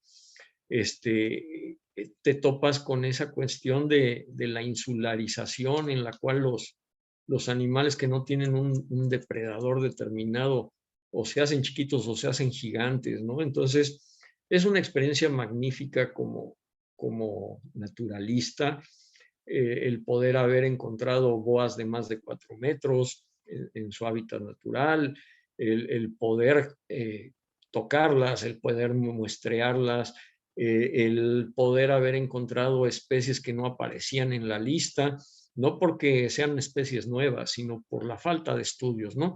Desde un principio lo dijimos, vamos a encontrar muchas especies que no están en ese listado oficial y no es porque no se haya hecho un buen trabajo para generar ese listado oficial, sino por falta de investigación. Y pudimos identificar al menos 7 especies que no estaban en este listado de vertebrados. No solo yo, compañeros de otras áreas, ¿sí? Tuvieron la oportunidad de catalogar especies que no teníamos en el listado, que fueron aportaciones muy importantes, hasta por casualidad, ¿no? Fotografié una serpiente y quiero saber qué serpiente es, y cuando te das cuenta esa serpiente se está comiendo a una que no está en el listado, ¿no? Cosas así que ni cuenta se daba uno hasta que abría la foto en grande y la veía. Entonces, como naturalista, como amante de la biodiversidad, pues es un sueño. Como turista, yo no iría, ¿sí? Hay otros muchos lugares más hermosos, otros muchos lugares que brindan muchas cosas al turismo, ¿sí? Como lo que es el turismo, un turismo de esparcimiento, ¿sí? Si se abriera a un turismo científico, a un turismo educativo, a un turismo enfocado meramente al turismo de naturaleza, sería otra cosa. Pero estamos viendo que no, el enfoque que se le está dando no va a ser ese. Se habla de un turismo no de masas porque no existen las condiciones, porque hasta ahorita sabemos que sí están haciendo caso al hecho de que se prohíbe la pernocta en la isla. Entonces, eso limita mucho, ¿no? La distancia, pues es otro factor, pero pues sabemos que Galápagos está a 5,000 kilómetros del continente y recibe 5,000 gentes al día, ¿no? Entonces, aquí la idea es que no sea así, no pase lo que ha pasado en Galápagos, que son islas que gente que ha ido últimamente regresa decepcionada. Dicen que nunca han visto tantos gatos en un lugar como en Galápagos, que existen poblaciones permanentes de prestadores de servicios que viven ahí, que las islas destinadas a la investigación pues ya son poquititas, ¿sí? Ya el resto de las islas están encaminadas al turismo, pero tampoco hay que cerrarse a que no hagamos turismo porque son generadores de recursos para la economía de México y pues México gran parte de lo que recibe es a través del turismo. Pero estamos a favor de que se haga un turismo, pero un turismo bien regulado, bien controlado y que sea un turismo con apertura también para los mexicanos, ¿no? Que cualquiera pueda tener acceso, no que tengas que tener 50,000 pesos en la bolsa para poder ir. Y un turismo sobre todo que sea respetuoso, que si se sabe que está prohibido bucear y las empresas están operando el buceo, pues que no vayan con estas empresas, ¿no? Que de alguna u otra forma están rompiendo con la ley y están dañando, por muy cuidadosos que sean. Sabemos que son empresas profesionales de muchos años en el buceo, sabemos que toman medidas preventivas, que cuidan los corales, que hacen todo lo posible por no dañar, porque además para ellos, entre mejor conservados están esos ecosistemas, pues mejor los venden. Pero no tenemos un sistema regulatorio como tal, no hay la presencia de especialistas en el área que estén supervisando que se lleve a cabo las cosas así.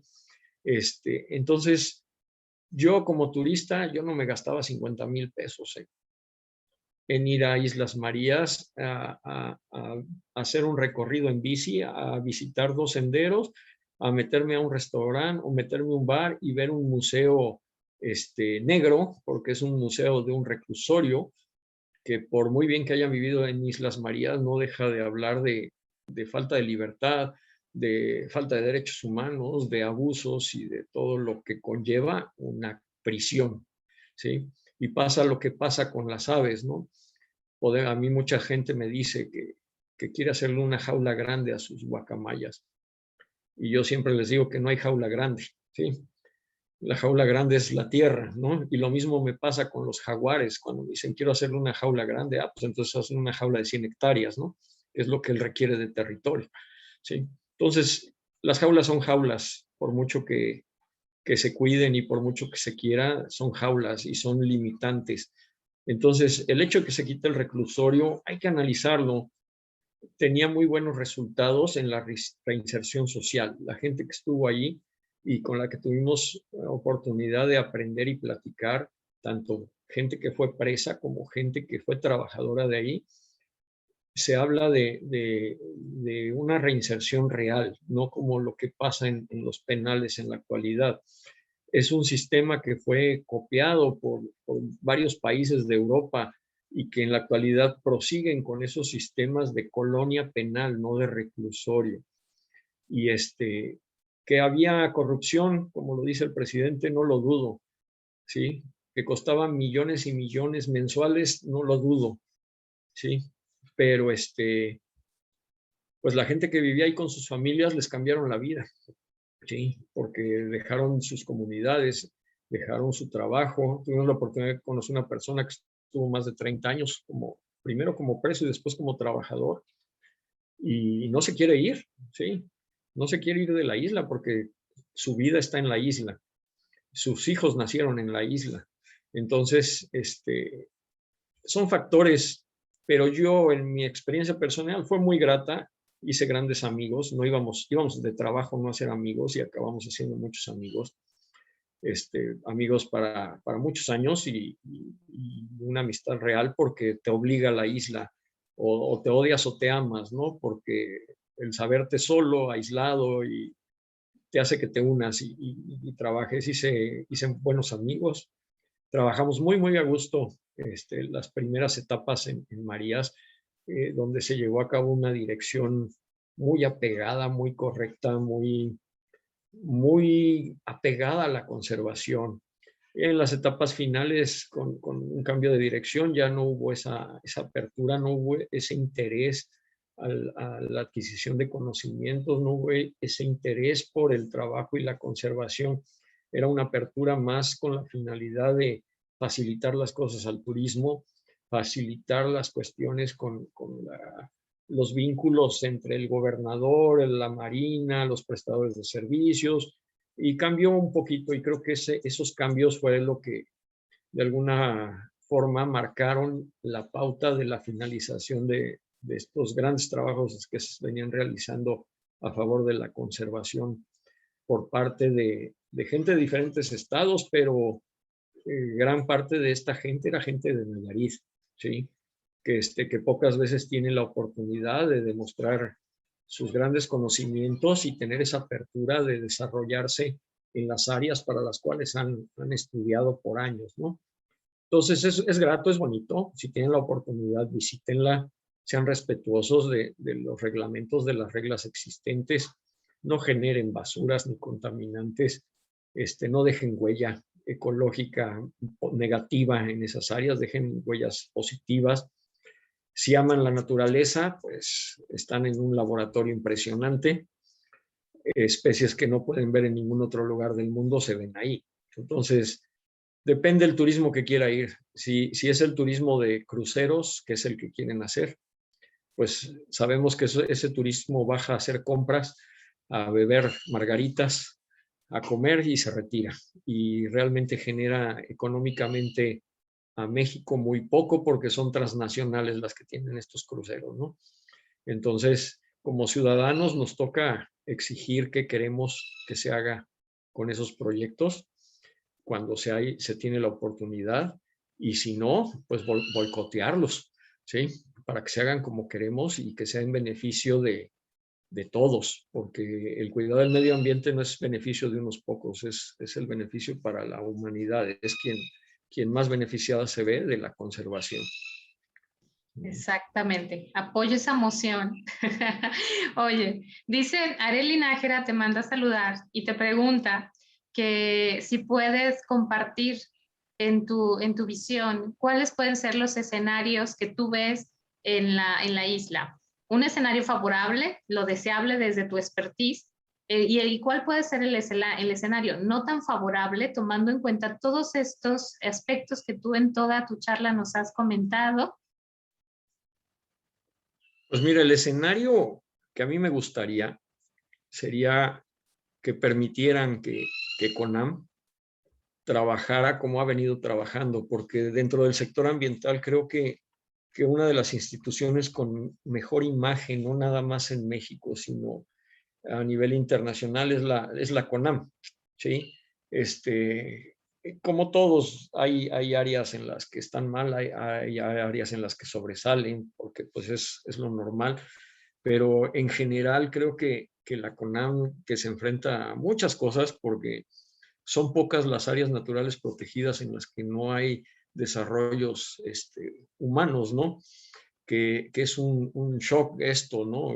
Tenemos el ejemplo de marismas nacionales, la gran importancia ecosistémica que tiene, y pues está rodeada de poblaciones agrícolas, ganaderas, pesqueras, y es un pelear de todos los días de la gente que hace conservación para mantener esas áreas lo más protegidas posibles.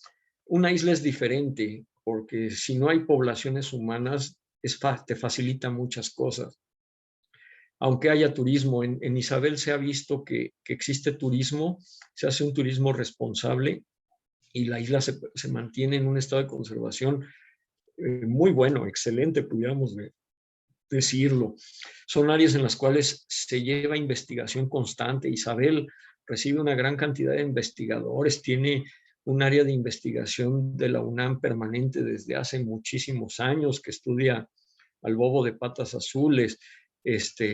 Hay apertura de la entrada de instituciones ambientales que no solo aportan dinero, aportan experiencia, aportan investigación, investigadores y permiten trabajar de una forma fluida a favor del ecosistema, a favor de los pescadores, porque ellos también tienen necesidades y pues cada vez se tienen que alejar más, y sabemos que las islas pues son reductos, son áreas de reproducción, son zonas donde se acumulan los peces, y es común que se acerquen a pescar y que no se respeten estas áreas de exclusión en las cuales está prohibido. Mi panorama sería ese, que la isla funcionara como un laboratorio, como un centro de investigación, más como un centro turístico. Si quieren, lo que están haciendo, que es trabajar con cursos, que tienen cursos de poesía y de agricultura y de educación ambiental, pero también tienen cursos de neoliberalismo y socialismo y demás, pues que lo hagan. Lo que sea educación es bueno, pero sí la cuestión turística debe de ser muy, muy limitada. Tiene que conjugarse y tiene que cuidarse cada aspecto, porque son recursos y sabemos que los recursos se acaban rapidísimo, ¿sí? El panorama que yo veo, pues son grandes empresas turísticas llegando al menos un crucero al día, y llegando al día catamaranes traídos de Tailandia que pueden llevar hasta 100 personas cada catamarán. Veo apertura a restaurantes y bares, ¿sí? Porque pues a eso va la gente. En las reservas, en las áreas naturales está prohibida el consumo y venta de bebidas alcohólicas por muchos factores. Creo que en una isla se debería de cuidar más, sobre todo por la gente que vive ahí. El hecho de estar aislado conlleva a etapas depresivas, por muy a gusto, contento y feliz que estés, ¿sí? Te encuentras sin internet, sin televisión, desconectado, con la familia lejos, no es fácil, ¿no? Y la mayoría de las gentes que están ahí es marina, es gente de personal de marina, que la verdad me vengo con muy buen sabor de boca por parte de la marina, de las labores que realizan, del trabajo que hacen. Hubo muy buena conjunción de trabajo con ellos, de integración a la conservación. Les platico que tuvimos la oportunidad de, en conjunto con Marina, rescatar 3 loros heridos. Esos loros venían golpeados, aparentemente de intento de captura por parte de trabajadores que estaban ahí. Rescatamos 3, los tuvimos en semicautiverio bajo procesos médicos y de rehabilitación, y pudimos liberar a los 3. Y la liberación la hicimos en conjunto nosotros, CONAM y lo que era la Secretaría de Marina. Pero no nada más fue el ir y liberar el animal, fue saturarlos de pláticas sobre conservación de corales, sobre conservación de especies endémicas, sobre plantas. Se dio esa apertura con la Marina de que se nos permitiera darles capacitaciones, involucrarlos en el cuidado ambiental, y funcionó. Y creo que sembramos esa semillita de que se siga haciendo. No nada más con el área de Marina, también con el personal de la gobernatura que va a estar a cargo. También presentaron muy buena actitud hacia trabajar en equipo y trabajar en conjunto. Viene la labor más difícil, que es involucrar a los prestadores de servicios, ¿sí? Sabemos que hay gente muy responsable, prestadores de servicios turísticos muy respetuosos, tanto en Marietas como en Isabel, y ahora para Marías lo sabrá, pero también sabemos que hay quienes no respetan nada, ¿no? Y necesitamos ver ese panorama, que todo el mundo quiera ver ese panorama de conservación, no un panorama de que al rato construyan resort, porque hay la proyección. ¿sí? De que a un futuro se puedan construir donde pernoctar. Se tiene la idea de que pues, los prestadores de servicio vivan ahí, ¿sí? Las capacidades de carga, cuando nos las presentaron por primera vez, eran al yo requiero que al menos lleguen 1000 gentes diarias, porque es lo que yo requiero para que sea negocio, ¿no? CONAM trabajó el área de zona federal, de plan de manejo, la dirección regional, trabajó muy fuerte en que se estipulara y se hiciera una capacidad de carga no superior a 200 personas, en las que se incluya prestadores de servicios, visitantes, etcétera. Pero ya en estos momentos esa capacidad de carga la tiene nada más la Secretaría de Marina con el personal destacado allá, ¿no? Ya mantiene 200 personas ahí, más el personal de CONAM, más el prestador de servicios, más el personal de mantenimiento. Hablamos de que al menos va a haber diarias 600 personas generando residuos, 600 personas viviendo en la isla, más los visitantes, ¿no? Entonces, el panorama feo va a ser ese, el saber que hay hoteles, el saber que tienen designadas 10, 12, 15 zonas de buceo, en donde tenemos especies a punto de extinguirse, como es la lapa, ya extinta en continente y que consideramos que es uno de los últimos reductos que quede para esta almeja en América, playas que sean visitadas por turistas, que son zonas de anidación para tortuga carey, para tortuga golfina, para tortuga prieta, corales destruidos por embarcaciones que arrojan anclas, trozos de redes. Encontrábamos muchísimas cajas de unicel que los mismos pescadores tiraban al mar y las corrientes las llevaban para allá. Playas llenas de PET, ¿sí? Microplásticos en las arenas, etcétera, ¿no? Entonces, ese sería un panorama feo, el que ese paraíso se convierta en un Acapulco, se convierta en un Cancún, se convierta en una Riviera Nayarit que aunque está en muy buen estado, porque es algo relativamente nuevo, pues la tendencia es a eso. Y lo vemos reflejado en las cuestiones de los animales. Yo que trabajo con cocodrilos, pues sabemos que el hábitat del cocodrilo está súper afectado, sobre todo en esa zona de Bahía de Banderas, Nuevo Vallarta, Puerto Vallarta, por las grandes construcciones de hoteles, los grandes fraccionamientos, el hábitat del cocodrilo está reducido y los tenemos amontonados. Y eso conlleva que la gente llegue y te dice, es que hay muchísimos cocodrilos, yo me asomo y veo muchos. O sí, son los únicos que hay, ¿sí? No es que sean muchos, ¿sí? No tienen idea de cuántos cocodrilos se necesitan en una hectárea para que esté sano ese ecosistema, ¿no? Y de ahí vienen las problemáticas de conflictos con el hombre, ¿sí? Los incidentes, las mordidas y demás, por no respetar, por que están hacinados, por la pérdida de alimentos, pérdida de hábitat, y eso nos lleva con cualquier especie a lo mismo, ¿sí? Con el jaguar pasa lo mismo, sus hábitats totalmente fraccionados, y es común que estemos escuchando de atropellamientos de jaguares, ¿sí? Las redes sociales nos ayudan a enterarnos, sabemos que se ha dado toda la vida estos atropellamientos, sabemos que hay gente que está a cargo de mantener estas carreteras, de administrarlas, sabemos que hay empresas que se preocupan por esto y tratan de poner soluciones, mantienen monitoreos constantes, llevan programas, llevan hasta programas educacionales, que es muy común que lo veamos cuando vamos para San Blas, letreros. No lo hacen ellos solos, buscan especialistas, buscan trabajar con gente que está en el área, con gente que está monitoreando y trabajando. O sea, así se debería trabajar, no nada más en una autopista del estado de Nayarit, sino en todas las autopistas y carreteras de México. Y lo mismo va a pasar allá. Allá era común encontrar conejos endémicos de Islas Marías atropellados, mapaches atropellados, ¿sí?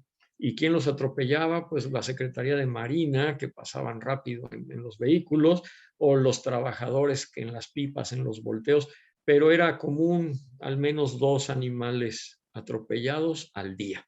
Y hablamos de una isla, ¿no? Entonces, si en esta isla van a empezar a meter carritos de golf o vehículos para movilizarse, porque es una isla con más de 60 kilómetros de diámetro, en la cual, pues para darle la vuelta sí requieres de un vehículo y 4 horas de tiempo para darle la vuelta, pues esto se va a incrementar, ¿no? Y si no hay protocolos de bioseguridad a la entrada, pues al rato vamos a tener la misma problemática que tienen las islas del Mar de Cortés, con enfermedades emergentes como es la fiebre hemorrágica del conejo, que está acabando con los conejos endémicos de México, ¿sí? Que se está padeciendo, la padecen todas las liebres y conejos de México, a excepción del teporingo, y ya lo tenemos en muchas islas de México, esa enfermedad.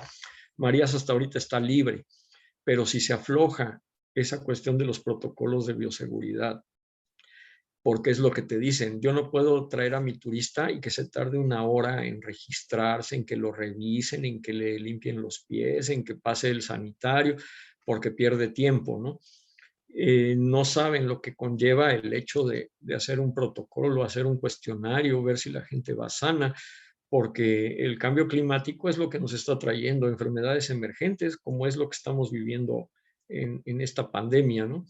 Y aún desconocemos si el coronavirus se transmite a otros mamíferos que no sean el hombre, ¿sí? Ya sabemos de casos de algunos tigres, algunos grandes mamíferos, pero igual un paciente con COVID llega y se lo pasa a los mapaches endémicos de Marías y acaban con una población estimada de 600 mapaches que no hay en ningún otro lugar del mundo. Entonces, ese sería el panorama negativo, ¿no? Que ya lo hemos vivido y del cual no queremos aprender. Híjole, no pudiste ser más claro y específico con todo lo que no quisiéramos ver, Miguel, pero es la realidad. Y creo que parte de la responsabilidad que nos toca a nosotros, ahora que escuchamos esta experiencia que tú tuviste allá y lo que viste y los primeros indicios de esta investigación que tienes, es no solamente abrir ojos, abrir oídos y abrir mentes, sino estar muy observadores de cuál va a ser esta política que se va a sujetar en estos espacios, que el Estado de Nayarit no pierda este territorio, que mínimo también sigamos permaneciendo como parte de esta zonificación, decirles a las nuevas autoridades que el tema ambiental sí deja votos, porque luego a veces es lo que creen que no le abona votos a una campaña, pero sí deja y además permite que el resto de cosas que ellos quieren trabajar también las puedan involucrar. Preguntarle a Erika, a Mariana, a Avi si quieren abrir su micrófono para hacer alguna pregunta directa al médico.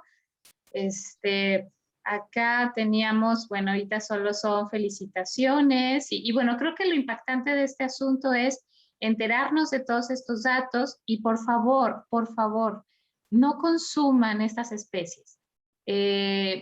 Allá lo dijo el médico al inicio, no hablan, repiten sonidos. Hay gente que solo por el hecho de platicar con alguien ya tiene su periquito. Entonces, por favor, solamente está repitiendo lo que tú ya dijiste. No es precisamente que te están dando una cátedra nueva. Y verlos en libertad es lo mejor. La observación de aves, levántese usted temprano, simplemente tu jardín te llegan muchas especies que puedes ver y que son bellísimas y en vida silvestre son hermosas, entonces hay que mantenerlas así. Entonces, bueno, repito con Erika, con Mariana, no sé si alguna quisiera levantar su mano. Erika estuvo entrando y saliendo, como que tenía conflictos para entrar. Y bueno, Avi dice que, bueno, quiere agradecer al doctor por cada conocimiento proporcionado, muy completo, muchas gracias. Muchas gracias a ustedes también, chicas. Y bueno, Miguel, para cerrar esta charla, ¿qué mensaje le das así, ya no en estos escenarios, sino este estímulo a la sociedad civil, a la sociedad que va caminando normalmente su día a día, que no había ni pensado en el tema de la isla, que lo menos que se pasó por la cabeza era el oro, y que puede él hacer desde su casa, desde su trabajo, desde lo que sea que se dedique para contribuir en algo en estos temas? Pues mira, es muy sencillo y creo que no nada más es aplicable a la cuestión ambiental, es aplicable a la vida diaria, ¿no? Nosotros como individuos y como ciudadanos queremos y tenemos obligaciones. Y parte de esas obligaciones que tenemos es incidir en que la política sea a favor de nosotros, no a favor de unos pocos. Cada vez que se abre la oportunidad y se hable esa oportunidad a la sociedad para que participen y opinen en cuestiones que son de trascendencia a nivel Estado o de trascendencia a nivel nacional, ¿sí? Que son estas consultas públicas que se llevan a cabo por lo general, en las cuales van investigadores, van universidades, van políticos, van servidores públicos, pero también se abren a la sociedad civil, ¿sí? Y la gente por flojera no participa, ¿sí? No va, no exige. Y con eso nos dan mucho atole con el dedo, ¿sí? Porque ellos dicen, yo abrí una consulta pública y me dijeron que sí. Y llegaron 3, ¿sí? O fue gente mandada y hacen sus grandísimas encuestas que ahora están súper de moda, de qué quieren, y participan los de ese partido, ¿sí? Y no se abren a la sociedad civil como se deben de abrir, en grandes espacios, con participación de toda la gente, porque somos muy buenos para exigir, pero no somos muy buenos para trabajar, ¿sí? Y esa es parte de nuestro trabajo y de nuestra obligación. Y podemos empezar desde nuestra propia casa separando la basura. Sabemos que llega el camión y la revuelve y se la lleva, pero está demostrado científicamente que si trabajamos y separamos nuestra basura, aunque llegue a un vertedero, ¿sí? Esta basura se descompone más rápido, ¿sí?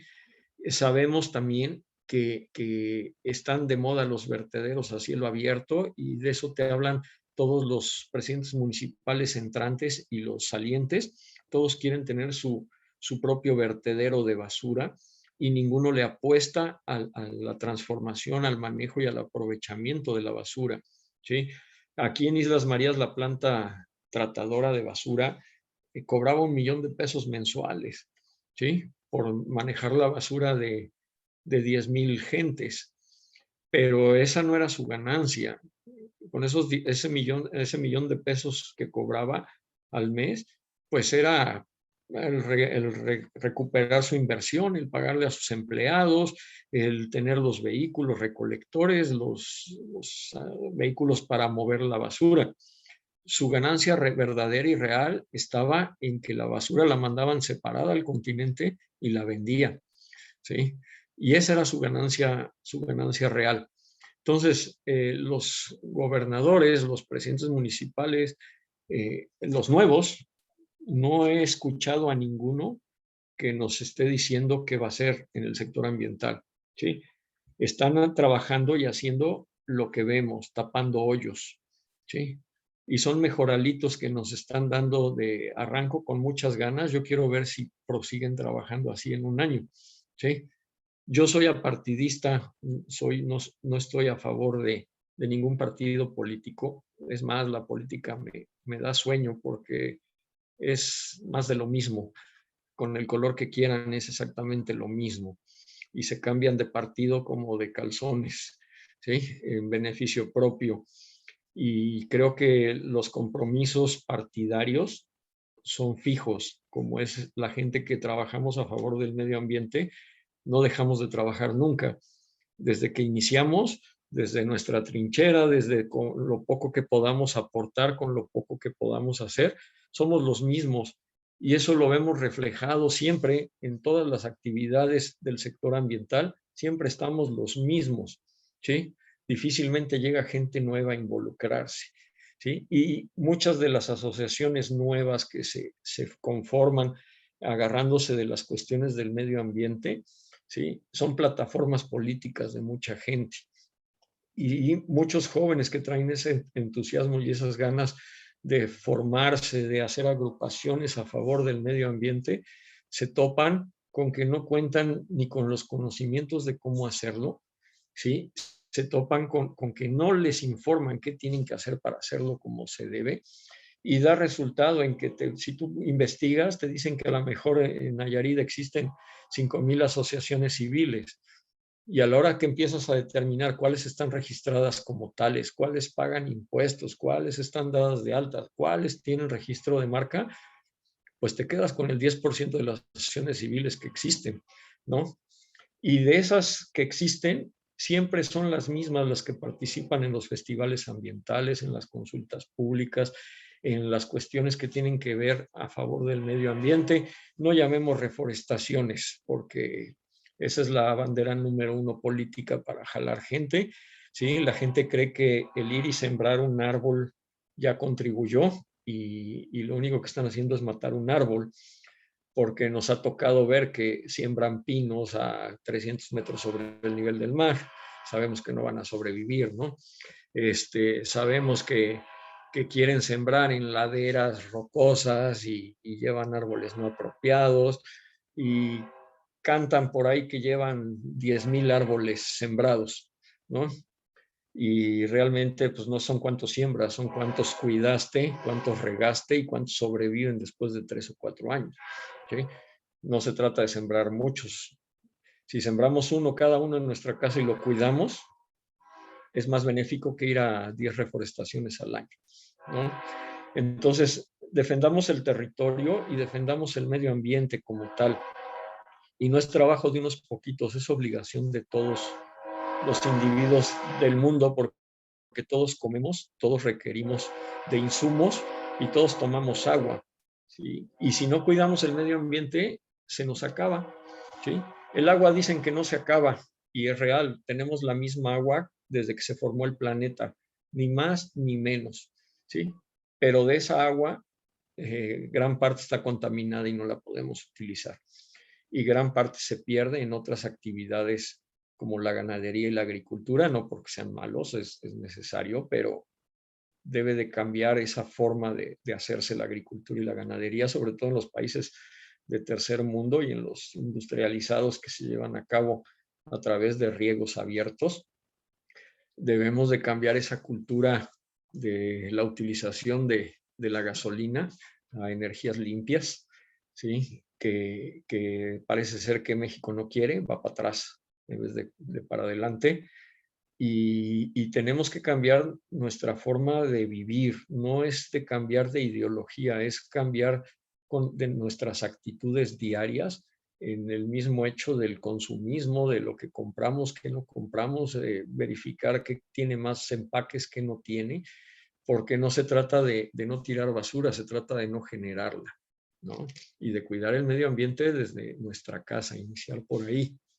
No hay que salvar la selva y no hay que salvar a los jaguares, ¿sí? Hay que salvar su ecosistema, porque de nada nos sirve tener especies enjauladas que no van a tener un ecosistema en el cual desarrollarse y vivir, ¿sí? Entonces, estoy a favor de los zoológicos en su área de educación, de investigación, y creo que las prohibiciones no son buenas, pero sí las legislaciones a favor, ¿sí? Entonces, esos zoológicos en mal estado, pues que se pongan las pilas para que sus animales se mantengan bajo un bienestar animal idóneo, ¿sí? Y esa gente que quiere trabajar, pues que se integre y que lo haga. No necesita pertenecer a una asociación civil, lo puede hacer desde su casa y hacerlo todos los días y sobre todo educarnos. Creo que es lo que más nos falta, leer, educarnos y prepararnos ante cualquier cosa antes de que llegue, no después. Tenemos que conocerlo desde antes de que llegue, no cuando ya está encima, que es lo que nos ha estado pasando últimamente. Ya sé, Miguel, pero bueno, muchísimas gracias por todos estos comentarios que tienes, Miguel. La verdad que parte de esta responsabilidad que tú bien llamas y de esta parte de los mismos es que nuestro estilo de vida así es, con y sin campañas políticas, que eso es lo bueno de las asociaciones civiles y mucho más de los que trabajamos temas ambientales. Que haya o no haya campañas, nosotros seguimos igual, seguimos trabajando y que, bueno, es parte de nuestra vida. No nos imaginamos ni haciendo otra cosa, ni viéndonos en otra parte. Entonces, agradecerte mucho tu espacio, tu paciencia. Los comentarios que ahorita dejaron aquí en Zoom es que agradecen toda esa información y esta paciencia con la que tú lo explicas y que además el compromiso es continuarla, replicar esta información para que más personas la conozcan. Vamos a estar compartiendo los enlaces de contacto donde usted puede contactar directamente al médico Miguel Román. Él trabaja todo el tema de especies en vida silvestre, muchos problemas en las ciudades y más en las que atraviesan los ríos. Ahora es el tema del cocodrilo. es como muy usual que mucha gente está como alarmada y en esos casos. El tema también con serpientes que no saben qué hacer cuando entraron a sus casas. Entonces, cualquier cosa, el médico Miguel y su equipo son profesionales en estos temas y también hay que apoyarlos. Ellos lo hacen con la bandera de libre, no tienen recursos y también hay que apoyar estos rescates que ellos hacen también de fauna. Rescatan a muchos animales y a todos esos hay que darles alimento, hay que darle medicamento y como bien dijo, si en el tema institucional no hay recurso de la federación, ni del estado, ni de los municipios a la institución que ve estos temas, mucho menos hay o hay muy poquito a las agrupaciones que hacen esas actividades de rescate. Entonces, con más razón hay que apoyar y comunicarse. No hay que hacer lesiones o tratar de aventurarte si tienes ahí una serpiente o algo cuando no sabemos qué puede pasarnos y no hay que vulnerar tampoco nuestra seguridad. Preferible mandarle un correo, mandarle un mensajito, mandarle un algo para decirle, oiga, me está pasando esto y qué hago, ¿no? Para no hacer tanto daño. Entonces, muchísimas gracias, Miguel. Vamos a estar ahí repartiendo, promocionando toda tu charla. Nos da mucho gusto tenerte con nosotros y que, bueno, pues ya estás acá en la plataforma continental. Ni modo, ya nos das en la isla, pero bueno, bienvenido acá al territorio y pues Gracias. seguimos trabajando. Muchísimas Gracias gracias. por la invitación. Estamos ahí a las órdenes de todos y visítenos en Biomuseo. Ahí estamos ¿Puedes normalmente dar tu todos los dirección días. para que quede grabado, Estamos por favor? ubicados en calle Vulcano número 1, Colonia Nuevo Progreso, en el municipio de Jalisco, Nayarit. Y pueden buscarnos como Biomuseo Umbali en Facebook y apartar su cita. Ahorita es bajo previa cita por la cuestión de COVID. Les garantizamos mucho conocimiento, mucho aprendizaje y de 2 a las horas que ustedes quieran de estar aprendiendo sobre la vida silvestre, principalmente la vida silvestre del estado de Nayarit, del que aunque no somos nayaritas de nacimiento, sí de corazón. Y los esperamos y te agradezco a ti, Paula, y a Ecologízate porque siempre han estado ahí a la par de uno en esta lucha y en este trabajo tan remunerable de corazón, no económico, pero sí sabemos que al menos somos pobres, pero somos felices los que nos trabajamos. Cállate, Miguel, dormimos bien. O sea, ¿sí? Y tranquilos, dormimos ¿verdad? bien. ¿Sí? Y pues muchas gracias por la invitación y estamos a sus órdenes. Muchísimas gracias a ti también. Y bueno, estos datos que él ya van a quedar grabados los vamos a poner los vamos a poner en escrito para que puedan también tener ahí enlace de acceso directo con él. Entonces, muchísimas gracias a todas, a todos. Y bueno, el día de mañana continuamos con Óscar Moctezuma, el director y fundador de Naturalia AC, que también nos va a dar una charla muy interesante. Entonces, mañana, por favor, continúen con nosotros. Hasta luego, muy bonita tarde. Hasta luego. Bye, bye.